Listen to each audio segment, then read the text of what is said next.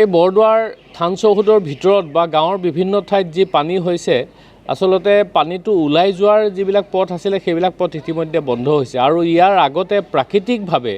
এই গোটেই পানী শান্তিজানত পৰি শান্তিজানৰ পৰা প্ৰাকৃতিকভাৱে বাগৰি গৈ পেলাই আগৰ দেওৰা বিলত পৰিছে কিন্তু এতিয়া শান্তিজানৰ বিভিন্ন অঞ্চল বেদখল কৰা হৈছে পানীৰ খুঁত বন্ধ কৰা হৈছে বহু মাটি কেনেদৰে আমি কৰিছে নাজানো কিন্তু ইতিমধ্যে পাত্তা কৰি লোৱা বুলিও আমি জানিছোঁ আৰু বেদখলো যথেষ্ট হৈছে আমি জিলা প্ৰশাসন আৰু চৰকাৰখনক এই কথাটো অৱগত কৰিছোঁ আৰু আশা কৰিছোঁ যে বৰদোৱা থান আৰু বৰদোৱা গাঁৱৰ পানীৰ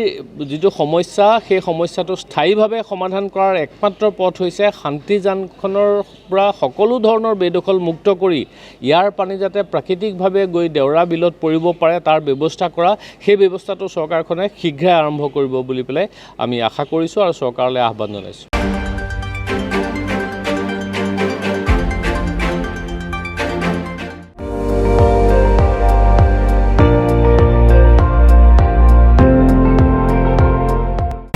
আপুনি চাই আছে ND24 সৰ্বশ্ৰেষ্ঠ নহয় সৰ্বোত্তমৰ দৌৰত।